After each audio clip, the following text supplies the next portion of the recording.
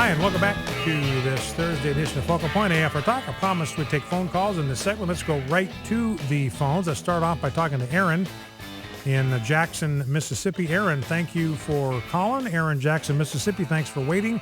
What's on your mind? Hi, Brian. How are you? I'm doing fine. How are you? I am well. I am driving from Jackson out to Georgia. I'm hoping I don't run into too much ice.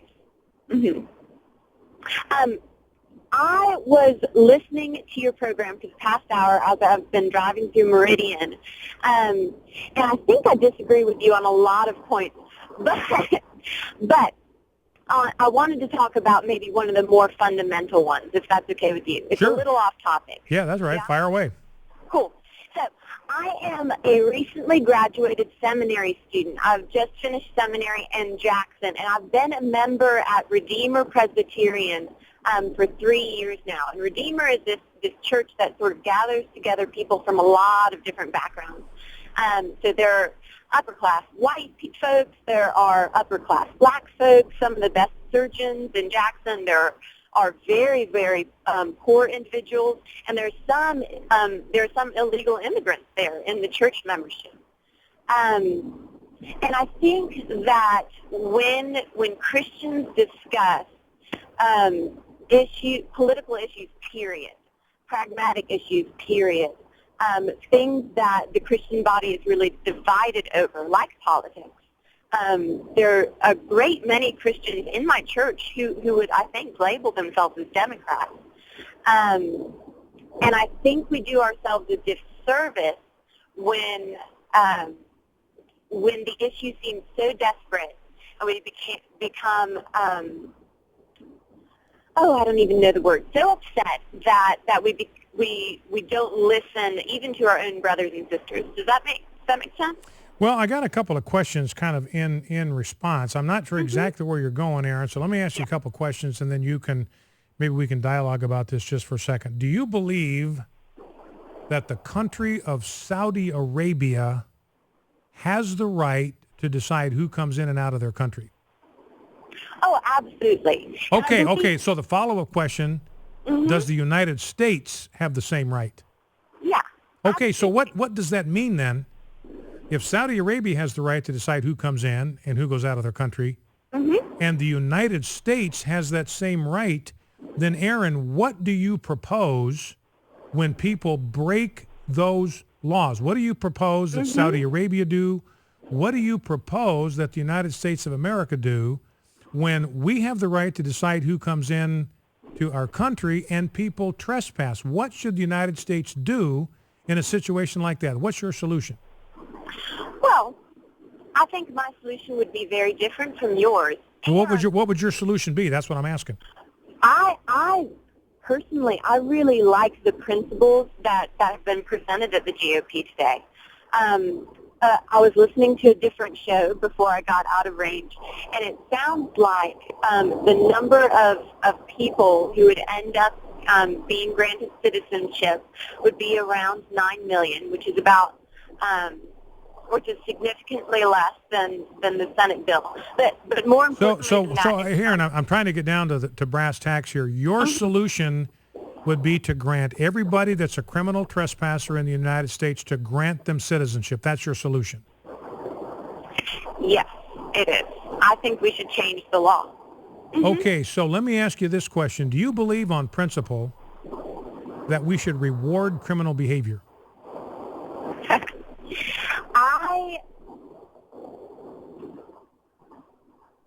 Let me see how to answer this. I believe that there should be consequences. Okay, so what's the consequence? So Aaron, excuse me for interjecting here, but you said if you commit criminal behavior, there should be consequences. You've just told me that the consequences for the 9 million people who have committed a criminal violation by being in this country against the law, that the consequence for them is to be granted citizenship. Well, when I first, and I know I was kind of off, or coming at the topic from a slightly different angle, but when I first started talking about this, I was saying I think that the high emotion around these issues, because it provokes a lot of emotion, because it's an issue of justice, it's an issue of work. For some people, it's an issue of whether they're going to be able to be with their families or not. Well, Aaron, let's get back to let's get back to this justice issue. You said it's a matter of justice. Let me finish. Yeah. And well, hold on, Aaron. We got a short amount of time, so we got to keep this thing moving forward. So I hear you saying it's a matter of justice. My understanding of justice is that you pay some kind of a price for breaking the law. That's justice. You break the law. It's a good law. It's a decent law. You and I both agreed that nations have the right to decide who crosses their borders. So justice, that's a just thing when a nation says that you don't have a right to come into our country unless we invite you in, we give you permission. That's a just law. We've all agreed on that. And you've agreed in principle that if somebody breaks the law, there should be some kind of a punishment. So, Aaron, I just cannot put that together with you saying these people ought to be rewarded with citizenship. You're rewarding criminal behavior.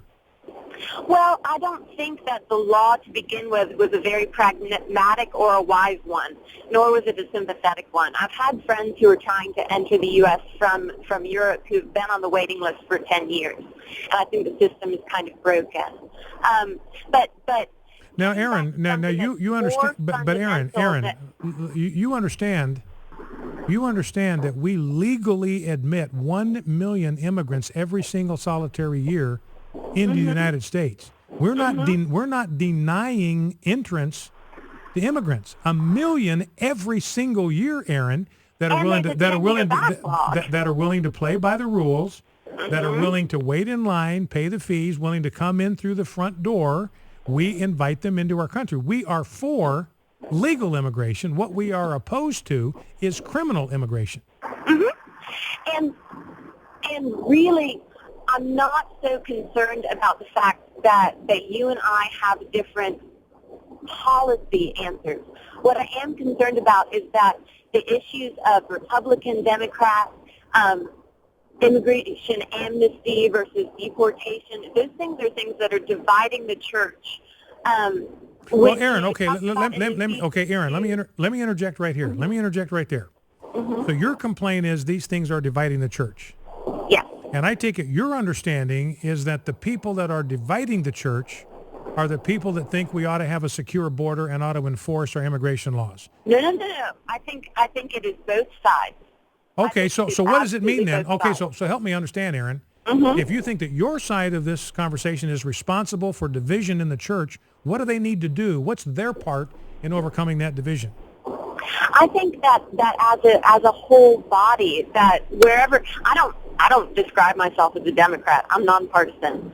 But I think that on the whole, when we discuss things like you believe that the current law is an unjust and a foolish one, I think that it's changing. We disagree on that.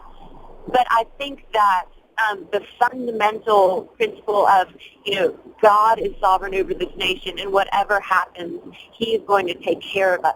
I think that fundamental principle that all humans are made in the image of God, and that there's some seed of wisdom in what most people have to say about these things. Well, Aaron, let me ask you this question. You're saying that what ought to undergird our discussion of immigration is that all people are made in the image of God. I completely agree with you.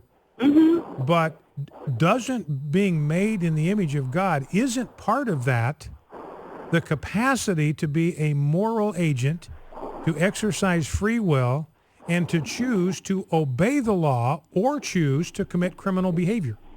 No, absolutely. You're right. Our will is part of that. Okay, so are you saying that just because somebody's made in the image of God, if they commit criminal behavior, we ought to accept that and say we have no problem with that? You're made in the image of God, so therefore we're going to give you a pass on criminal behavior. No. I think that would be a disservice because... All right, well, help me. But Aaron, then help me understand then. Help me understand how that applies to people who break our immigration laws. Well, and here is why I would like more openness, more peace as people are discussing the issue. I think it's a very complicated one. I have a friend who is in seminary with me in Jackson, who was brought by, before he was an adult, was brought by his parents as a minor from Guatemala, which was a war-torn city, or country at the time under one of the longest civil wars that's ever gone on. Okay, so you're saying we're running out of time here, so let me get to the chase here. So you're saying we ought to let him stay because he was brought into this country when he was too young. Okay, so what about his parents? What about his parents? His parents, we can be sympathetic to their plight, but we've got a very generous refugee program they could have sought to take advantage of. They didn't. They stole across our border. So what should we do with them? Are you going to say that because they've got a child here that we shouldn't send them back? We should reward them by letting not only their children stay, but letting them stay. Is that your position? I am saying what my position is that as we discuss things like this as Christians, we need to be open to people who are our brothers and sisters in Christ having different opinions, and not calling into question their faith. Okay, so let me ask you this, Aaron. Are you willing to show me that same sort of consideration? Are you willing to appreciate my position and value my position and allow me to advocate for my position without accusing me of being sub-Christian or unchristian or anti-Christian or lacking in humanity and compassion? Yes. Okay. Well, that's about all we can ask for. One last question, Aaron, before I let you go. We have 92 million people in America that are working age, don't have jobs. There are 2.7 Americans looking for work for every job that's available. Do you think that we should let illegal immigrants take jobs ahead of those 92 million Americans that are looking for work? I think that's a really complex issue. Well, it's a pretty easy question, Aaron. Is it yes or no? My answer is that I don't think it's an easy question. Well, okay, Aaron. Well, I think it's a pretty easy question myself. Yeah, I know you do. Yeah. All right. Well, listen, Aaron, I appreciate your dialogue. We are out of time, coming up against a hard break. That's Aaron, somewhere outside of Jackson, Mississippi. Thank you, Aaron, for calling, and thank you for the extended dialogue. I appreciate that very much. And you drive safely and watch out for snow in Georgia.